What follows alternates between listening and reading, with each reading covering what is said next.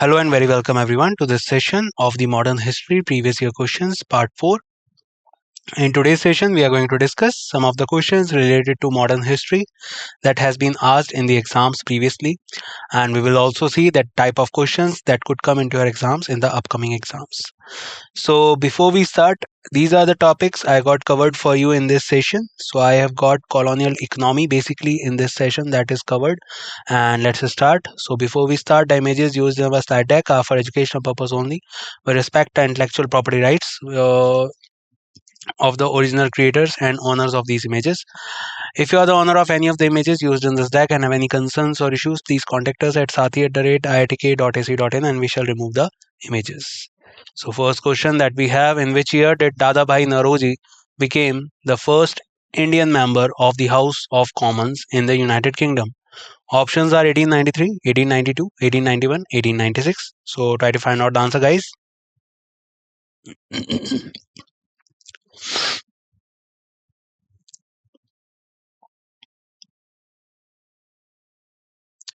And I guess the answer you are giving is quite right. So the answer is Dadabhai Naoroji became the member of House of Commons in 1892. So Dadabhai Naoroji, who is also known as the Grand Old Man of India, he is the one who gave the drain theory of wealth. He was also the one who basically called for the poverty and British rule in India. This book was written by him. He also was the one who gave the drain theory of wealth, a particular theory that was propounded by him in the British Parliament. So basically, Dadabhai Naoroji, famously known as the Grand Old Man of India, he was the first Asian to be elected in the British Parliament in 1892. And being on the post, he depicted the Indian agitation in the British Parliament. He propounded the theory of drain theory of wealth. He also wrote a book named The Poverty and Un-British Rule in India. So do you remember his name? His name was Dadabhai Naoroji. Who was the first person to discuss the concept of poverty in India before independence? So take your time and try to find out the answer.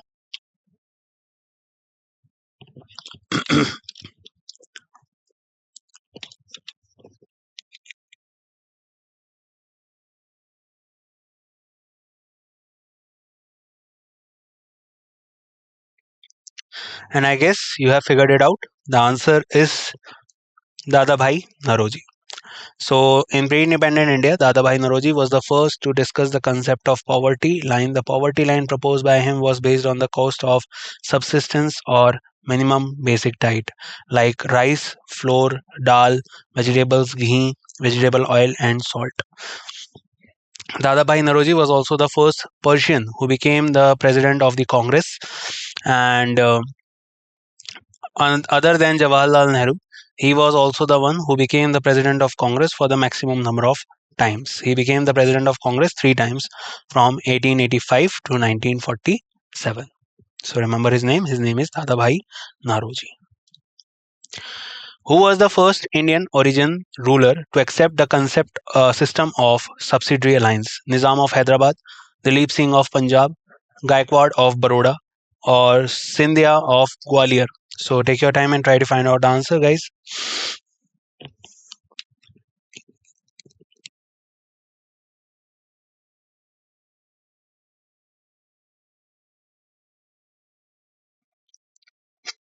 And I guess you have figured it out. Answer is Nizam of Hyderabad. So Nizam of Hyderabad was the first to accept the subsidiary alliance in 1798. Subsidiary alliance was basically a treaty between the British East India Company and the Indian princely states, by virtue of which the Indian kingdoms lost their sovereignty to English. According to the subsidiary alliance system, the Indian rulers were not allowed by the East India Company to maintain their independent armies.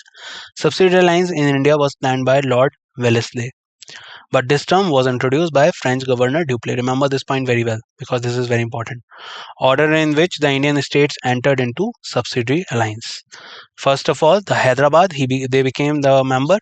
Then Mysore, 1799, after Tipu Sultan died. Remember, Tipu Sultan was not the one who signed this treaty of subsidiary alliance. It was the Wodeyar dynasty.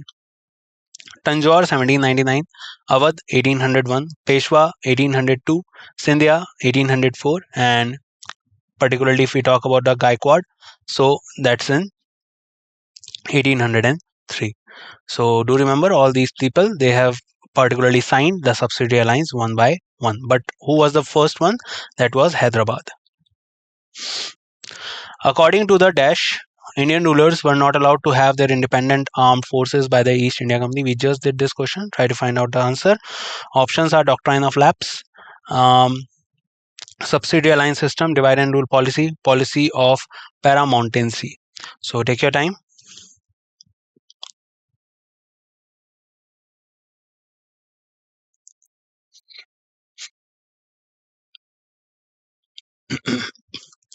And I guess you have figured it out right.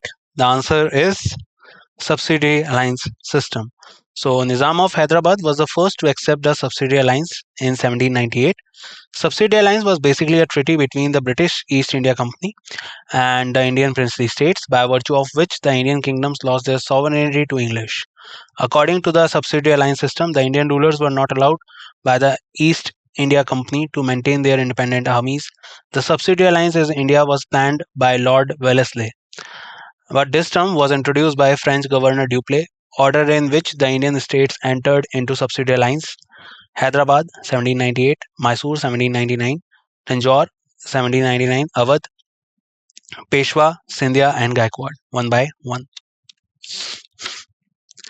Who was the first Indian native ruler to accept the system of subsidiary alliance? Scindia of Gwalior, Nizam of Hyderabad, Dalip Singh of Punjab, Gaikwad of Baroda. Try to find out the answer.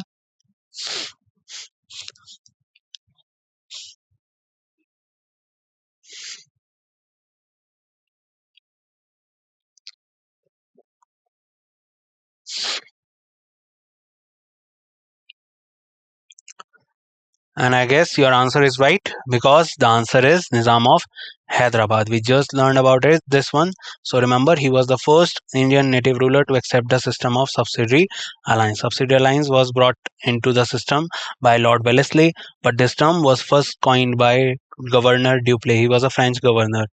And apart from that, Hyderabad was the first to accept this alliance, then Mysore, then Tanjore, then Awadh. Under which viceroy was the permanent settlement of Bengal in 1793 introduced? Lord Dalhousie, Lord Cornwallis, Philip Francis, John Shore.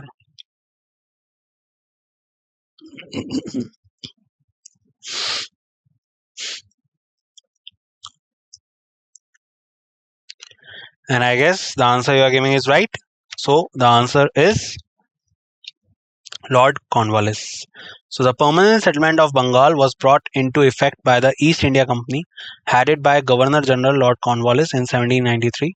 This was basically an agreement between the company and the zamindars to fix the land revenue. So remember, this was introduced by Lord Cornwallis.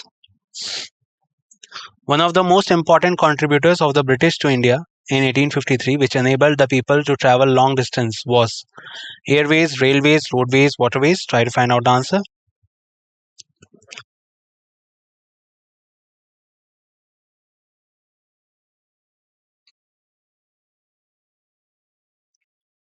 So I guess you have figured it out. The answer of this question is railways. So the most important contributor of the British to India in 1853, which enabled the people to travel British to India in 1853, which enabled the people to travel long distance, was the first passenger train started from Mumbai, at that time Bori Bandar, to Thane, under the tenure of Lord Dalhousie.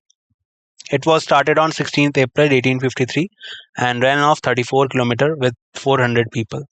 It was operated by 3 locomotives named Sahib Sultan Sindh and had 13 carriages. It was a peninsular railway. So remember, the answer is railways. First passenger train in India was operated between Howrah to Hooghly, Roorkee and Piran Kalyar, Royapuram and Wallaja Road, Bombay and Thane.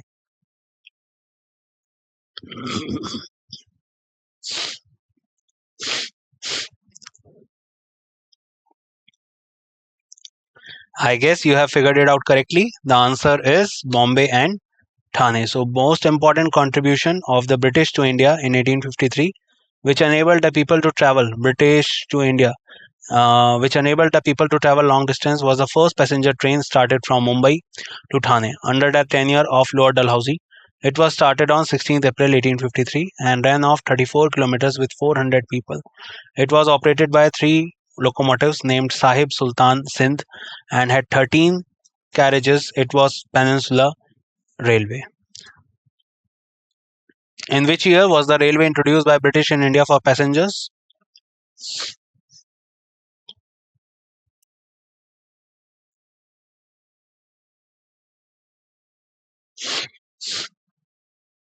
And I guess you have figured out answer correctly. The answer is 1853.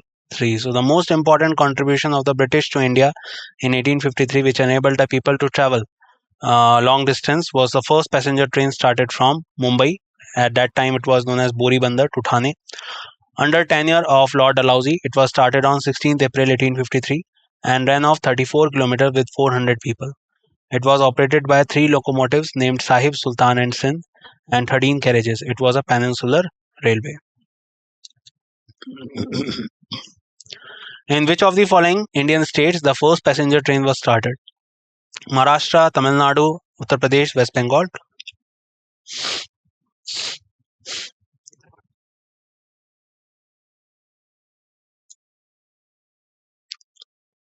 So basically, according to today, the answer is Maharashtra, but at that time it was known as Bombay. So the most important contribution of British to India in 1853, which enabled the people to travel long distance, was first passenger train started from Mumbai, that is Boribandar to Thane, under the tenure of Lord Dalhousie. It was started on 16 April 1853 and ran 34 kilometers with 400 people. It was operated by three locomotives named Sahib, Sultan and Sindh and had 13 carriages. It was a peninsular railway. In 1853 AD, the first rail route was opened for the journey from Pune to Thane, Nagpur to Thane, Bombay to Thane, Bombay to Pune.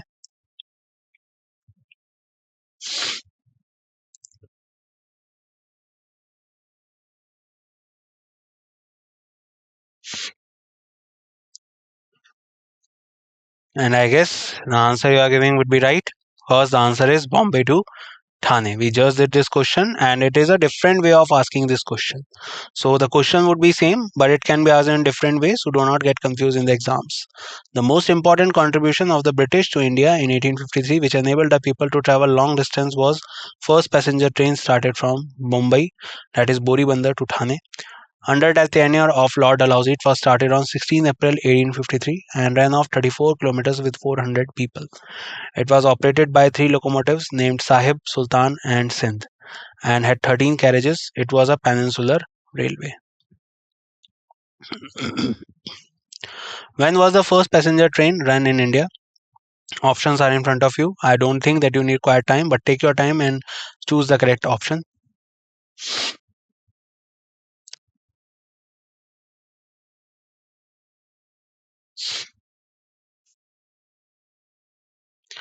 And you're right. The answer is 1853. So the most important contribution of the British to India in 1853, which enabled the people to travel long distance, was first passenger train started from Mumbai to Thane under the tenure of Lord Dalhousie. It was started on 16th April 1853 and ran off 34 kilometers with 400 people. It was operated by three locomotives, Sahib, Sultan and Sindh, and had 13 carriages. It was Peninsular Railway. The revenue system introduced in Dash came to be known as Raitwadi settlement. Options are Bengal, Punjab, Bombay, Deccan or Kerala.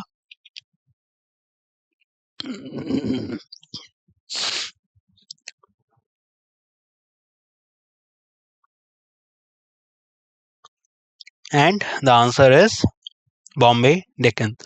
So, Raitwadi system of land revenue was instituted in the late 18th century by Sir Thomas Munro in 1820 in Madras and Bombay. Rait means peasant cultivators. The peasants were regarded as the owner of the land. British government collected tax directly from the peasants. So basically, there were three types of settlements that were introduced by Britishers. The first one was a permanent settlement. After that, they have made some changes and reforms, and they introduced the Raitwadi system. Then, particularly, they have made again some changes, and they have introduced the Mehelwadi system. Permanent settlement was introduced in the Bengal region, Bengal and Bihar region. Raitwadi was introduced in the today's, according to today, it was introduced in the area of Mumbai and Maharashtra region, that is Bombay Deccan. And apart from all of that, Mahalwadi was introduced in the central India. So all these are the different type of systems that were introduced by the Britishers. In which year did the East India Company acquire Diwani rights over Bengal and Bihar? 1865, 1765, 1675, 1965.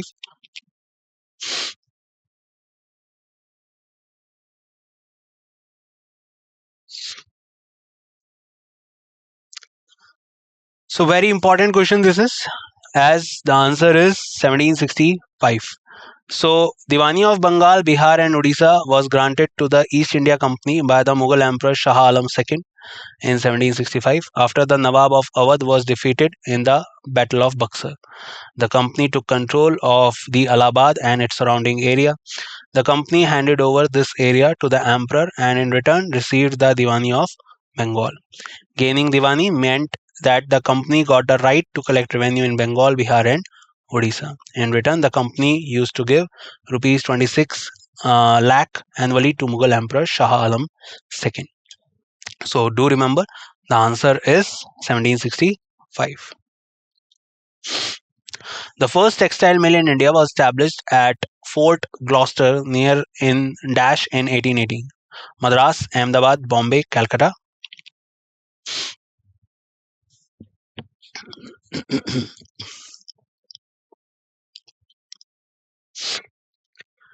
And I guess the answer you are thinking is right because the answer is Calcutta. So, first textile mill in India was established in 1818 at the Fort Gloucester near Kolkata. But this mill could not be successful. After this, in the year 1854, first successful cotton mill was opened by Kovasji Namabhoy Dhavar in Mumbai. Since then, the way for the development of cotton textile industry in India has been paved. Mumbai, Solapur, Pune, Ahmedabad, Surat, etc. are the important centers of cotton textile industry. So, do remember the answer of this question is Calcutta. First revenue settlement in the Bombay Deccan came into the operation in the year. Options are 1920, 1820, 1720, 2080. Quite easy question if you use a little bit common sense.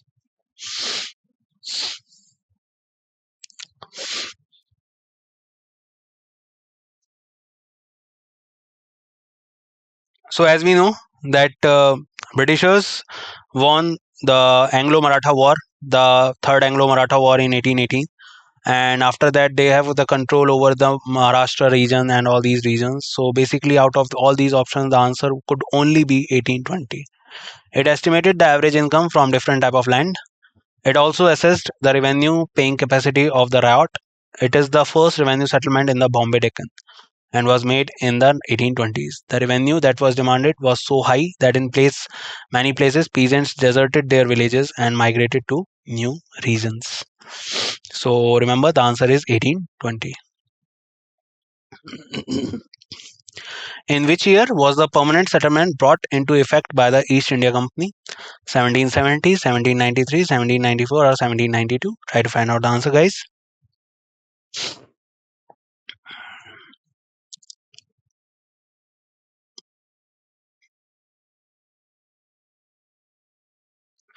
And it is very simple. So basically, if you just use your common sense, then answer is again in front of you. The answer is 1793 because Cornwallis was there in India at that time, and permanent settlement of Bengal was brought into effect by the East India Company, headed by Governor General Lord Cornwallis. This was basically an agreement between the company and the zamindars to fix the land revenue. According to the permanent settlement agreement, zamindars were given instruction to pay 89% of the annual revenue to the state and were permitted to enjoy 11% of the revenue as their share. And if they fail to do so, then their sun will set on the last day of the year. That is why this particular law, permanent settlement, is also known as the sunset law. Colonial rule was the first established in Delhi, Bombay, Surat, or Bengal. Try to figure out the answer on the discussion of the history that we have discussed so far.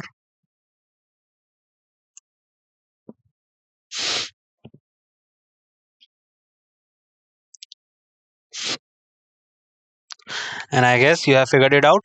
The answer is Bengal. So the colonial rule was first established in Bengal province. First efforts were made to rearrange the rural society and to introduce a new system of land rights and to establish a new revenue system. So the answer is Bengal. So colonial rule was first established in Bengal. Who was the Raja of Burdwan when the permanent settlement was imposed? Abu Ray, Tej Chand, Sangam Rai, Mehtab Chand. Take your time and try to think about this question.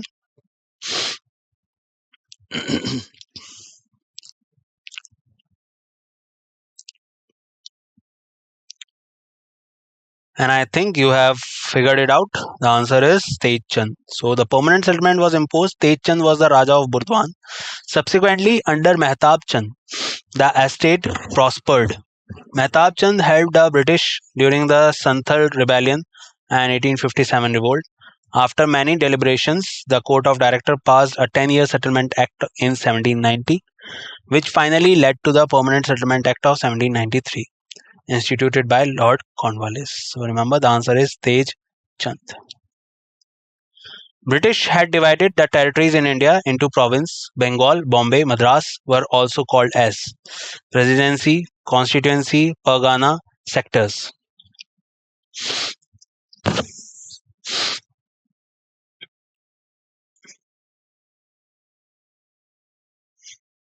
And I guess you have figured it out. The answer is Presidency. So the present province of India was formerly known as the Presidency town of British India.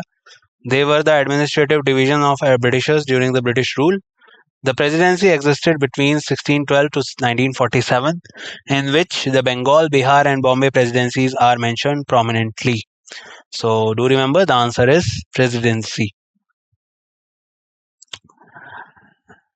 Where was the India's first jute mill established before independence? So, options are Gujarat, Bengal, Odisha, or Maharashtra. So, take your time.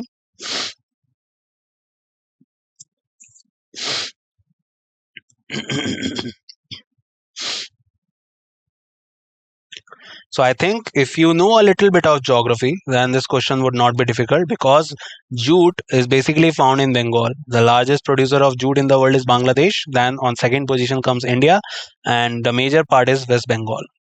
So the first jute mill was established at Rishra on the river Hooghly near Calcutta in 1855.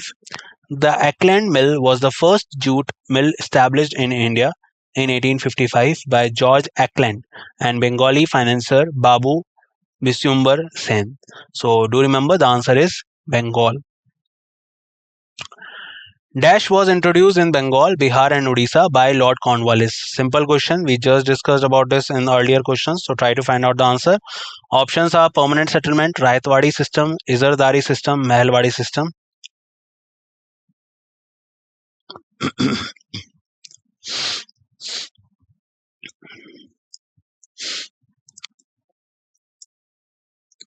And I guess you have figured it out. The answer is permanent settlement. So, permanent settlement was introduced in Bengal, Bihar, and Odisha by Lord Cornwallis in 1793. This was basically an agreement between the company and Zamidar to fix land revenue. This system was also called the Zamidari system. Raitwadi system for land revenue was instituted in 1820 by Sir Thomas Munro. This system of land revenue was rectized in the Madras and Bombay areas as well as Assam and Kurg. Mehelwadi system was introduced by Governor Holt Mackenzie. This system was introduced in north-west frontier, Agra, Awadh province, Gangetic Valley, and Punjab, etc. So, do remember the answer is permanent settlement. In 1793, Dash was introduced in Bengal, Bihar, and Odisha. Options are Raitwadi, Izardari, Mehelwadi, or permanent settlement.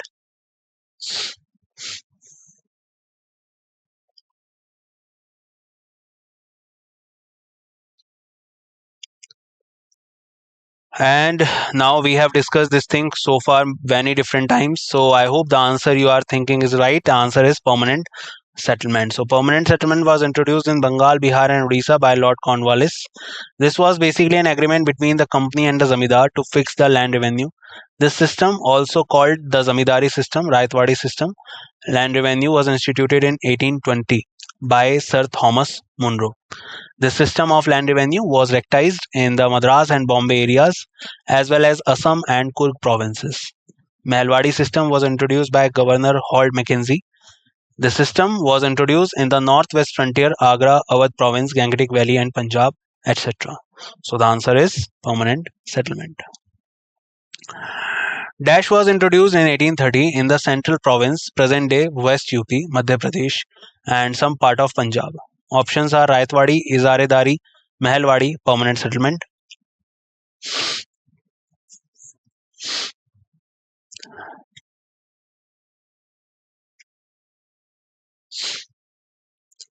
And I guess you have figured it out. The answer is Mehalwadi. So in 1822, Englishman Hall Mackenzie devised a new system known as Mehalwadi system in northwestern province of West Bengal Presidency. This system was popularized by Lord William Bentinck in Agra, Awadh, and was later extended to Madhya Pradesh and some part of Punjab during 1830. Under the Mehalwadi system, the land revenue was collected from the farmers by the village headman on the behalf of the whole village. So, do remember this system was introduced by Mehalwadi. So, in chronological order, the first system was permanent settlement, second was Rayatwadi, and the third one was Mehalwadi. Permanent was introduced in 1893, Rayatwadi in 1820, and Mehalwadi in 1822. Rayatwadi system was introduced in, I just told you, so try to give the answer first.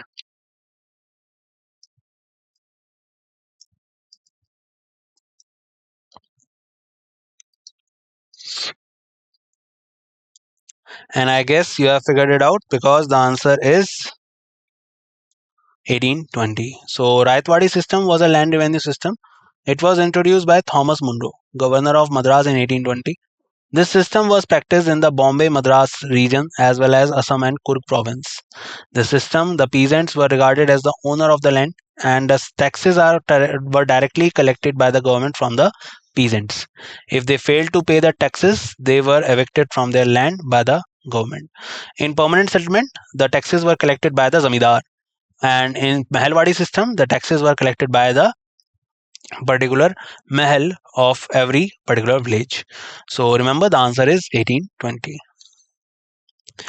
Rayatwadi system was introduced in Dash and Madras. Options Bombay, Punjab, Kolkata, Odisha. Very good question.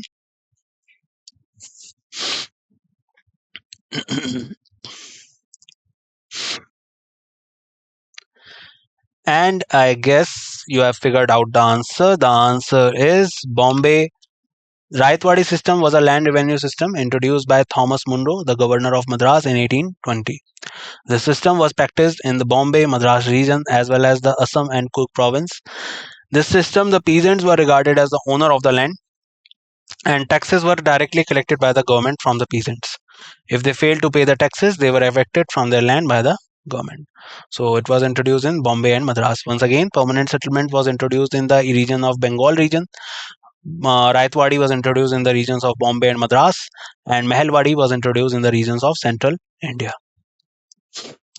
Dash has introduced Izaredari system, where right to collection land revenue was auctioned to the highest bidder for 5 years. Lord Cornwallis, Warren Hastings, Lord Dalhousie, Robert Clive. Try to find out the answer. Very good question this is.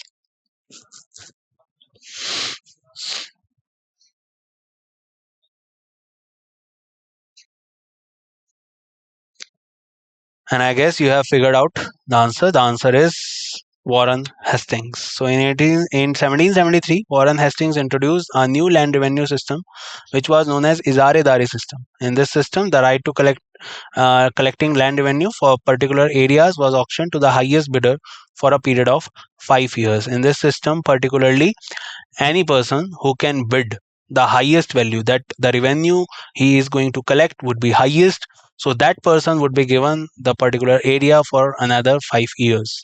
And this is the system that was introduced by Warren Hastings. And that's it in this session, guys.